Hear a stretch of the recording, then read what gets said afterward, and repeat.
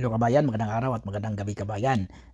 Repair pala tayo ng Volkswagen Zeta. Ang repair nito kabayan, repair yung pintuan saka yung panel.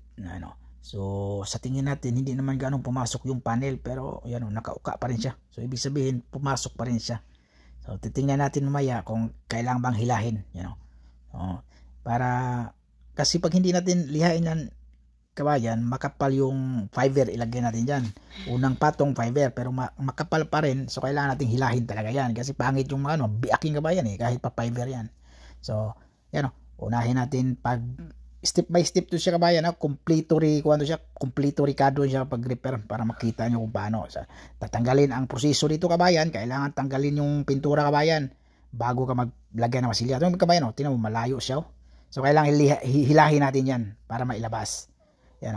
Pero itong panel pala kabayan na repair na. Nakita mo yung pagliha ko may masilya. So may masilya siya. So, ibig sabihin na repair na siya. So wala tayong ibang kabayan paraan para mapaganda yung trabaho natin. Hilahin natin. Hindi tayo magpatong ng masilya dyan kasi makapal. Tapos yung kabayan, huwag kalimutan mag-subscribe kabayan. Limutoker kabayan. Like and subscribe sa Facebook page natin. Pakipalo na din. Malaking tulong na yan para makita natin yung mga gustong ganitong tutorial. Makita nyo. Kabayan so mayroon na tayong plate na ni welding. Yung ginasanay na kasi ako sa kabayan, wala kasi tayong pandikit kabayan, yung idikit lang yung gamit ng PDR, tapos idikit sabay hila. Medyo matibay din kasi itong panel yung kabayan pag panel. Pero mayroong bago kayong kabayan na PDR na idikit lang tapos sabay hila, matibay din yun. Grabe, bagong pamaraan. Kaya nga, mga modelo na kasi ngayon kabayan. Kahit yung pag-repair, saglit lang, mga PDR style na. Pero ito kabayan, tingnan mo kabayan, nahila na natin yun. Tingnan mo, pasok na, okay na, lumabas na siya.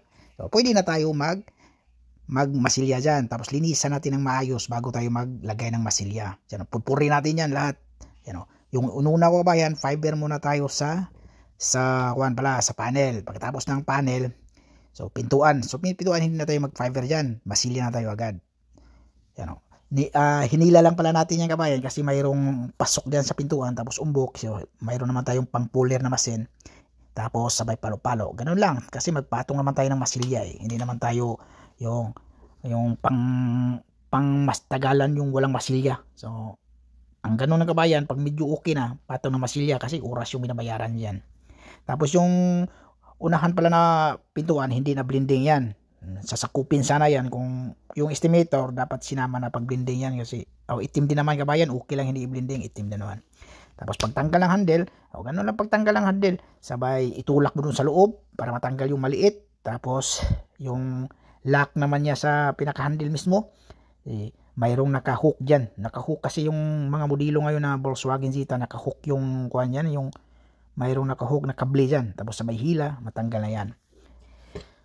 Tapos yan kabayan So, ganun lang pagtanggal din pagbukas mo. Magandang gamit yan Tapos mayroong linya yan sa kabayan may body line yan siya. So body line, ganun ang technique paggawa ng body line. So diretso kasi yung panel yan sa may pintuan. So mayroon siyang kunting naiwan doon sa pintuan na linya talaga yan.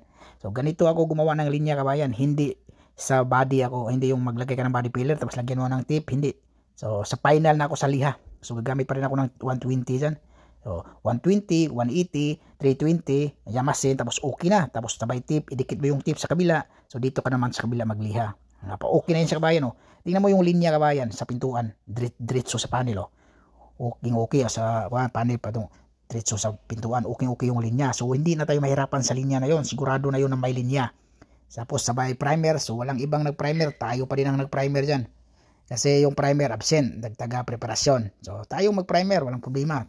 Ang teknik ko ba yan, unang primer, kasi UV lang ginamit natin dyan, saglit lang UV, 3 minutes, pwede mo na lihain. Yan tingnan mo yung linya kabayan, naiwan, di ba?